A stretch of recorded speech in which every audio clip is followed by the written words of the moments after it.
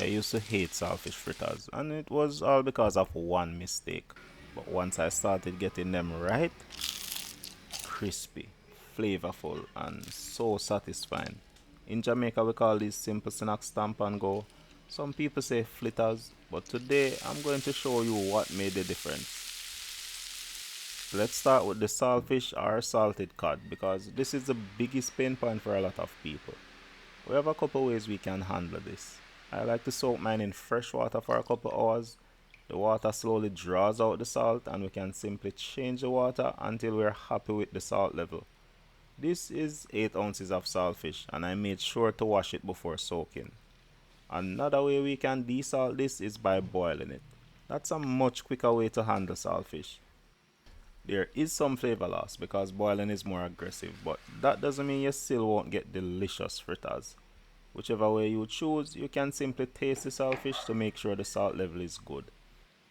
Ideally, you don't want to add additional salt to your fritters, instead use the saltfish to season it. Once desalted, we clean up our saltfish and flake it. Remove all the skins, fins and bones.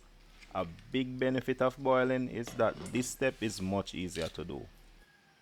What I found out recently though is that there's salted cod that's already skinned, filleted and deboned.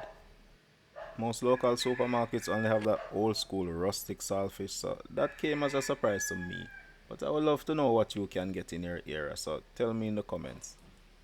That's it for saltfish for now, so let's talk about the aromatics. This is the biggest reason saltfish fritters was not my favorite snack, and I will get into that a bit more. To get started, I'm dicing half a onion, 2 stalks of scallion. I strongly associate fritters with scallion. I'm just going to slice these. 2 cloves of finely minced garlic, fresh scotch bonnet pepper.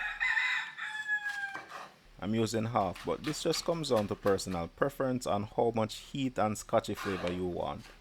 Next we have sweet pepper. That's enough to give me half a cup of diced peppers. Tomato. It's optional, but I like to seed my tomatoes before dicing. This is just the baseline for Jamaican fritters. You can add corn, herbs and other veggies for extra variety and to play around with the flavors. For a lot of people, they would simply mix all the aromatics, saltfish and the rest of the ingredients to make the fritters. That's simple. You can get delicious fritters that way, but I used to hate it because all those aromatics tasted steamed. I wasn't a fan of that taste, so I just avoided fritters for most of my early life. Now, let's talk about the game changer. Start with your pan on medium high heat. Add a generous splash of oil and let it get ripping hot. Start by adding the desalted flake saltfish. What I like to do here is leave it undisturbed so it can get some really good browning on some of the pieces before stirring. That develops a ton of flavor that we will layer into our fritters. I hardly ever get every single bone.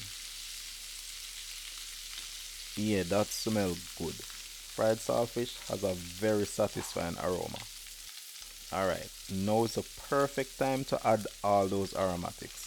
This simple trick made me really fall in love with saltfish fritters. Sauteing the aromatics really changed the game for me.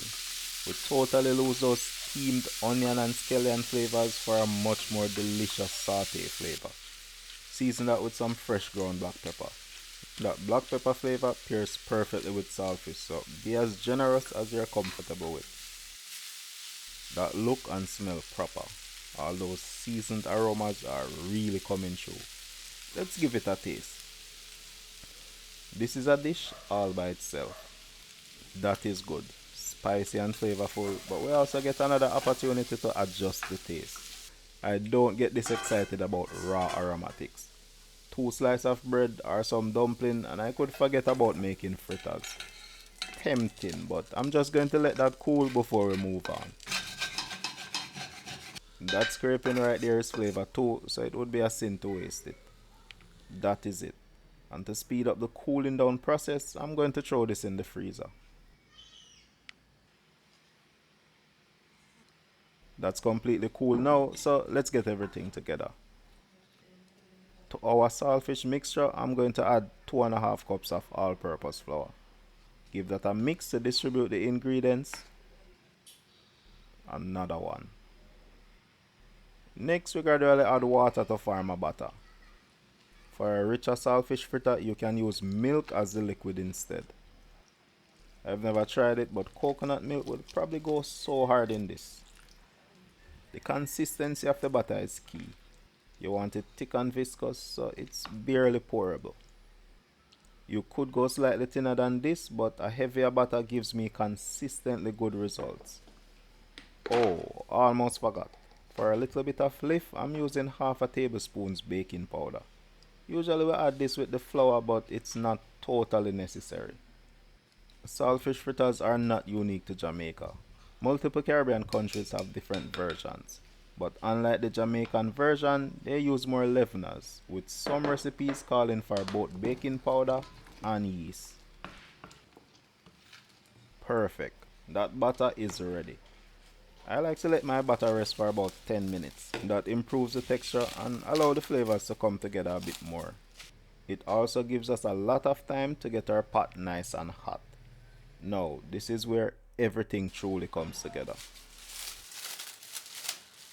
Fritters are usually shallow fried, and it's important to get that oil properly hot.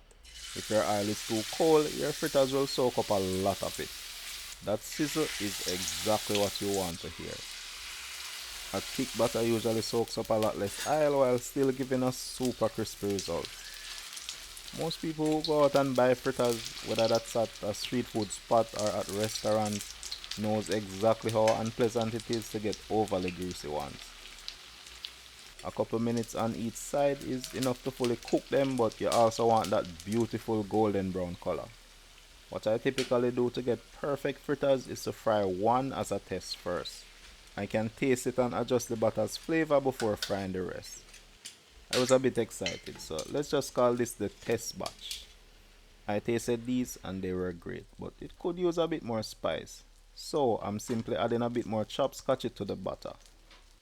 I've been raving about sauteing our saltfish and aromatics and how much it's a game changer, but there's some nuance here. These new fritters will have that delicious aromatic scotchy flavor because I didn't saute them. Sauteing is great, but not for everything. If you have ingredients that you prefer fresh, you can add them later in the batter. Scotch is a great example because it holds on to more of those lighter aromatic flavors. If I was using some fresh herbs like parsley, I would also add them late to keep that freshness. Fritters are simple, but changes like this can give us some crazy results. And there you have it. Our saltfish fritters are done. They shape irregular, but that's a good thing. Just means they are more delicious. Yes man, crispy. That is it. A thinner fritter will give us extra crispy results. A thicker fritter like this can still be crispy on the outside, but you get a really chewy delicious center. It's the exact same batter, but changing the thickness can change the result in dramatic ways. Freshly fried fritters will be crispy, but they eventually lose that crisp after a while and get chewy. I actually really like cold fritters. The flavor is a bit more intense and I find that chewy texture addictive. And there you have it. That one simple step made me love fritters. But what about you? How do you enjoy your fritters? Tell me about it in the comments. I'm Nick and this has been especially delicious. Shout out to the squaddies and food bosses over on Patreon who keep the kitchen cooking. Much love and respect. Thanks a ton for watching. Bless up and I'll catch you in the next one.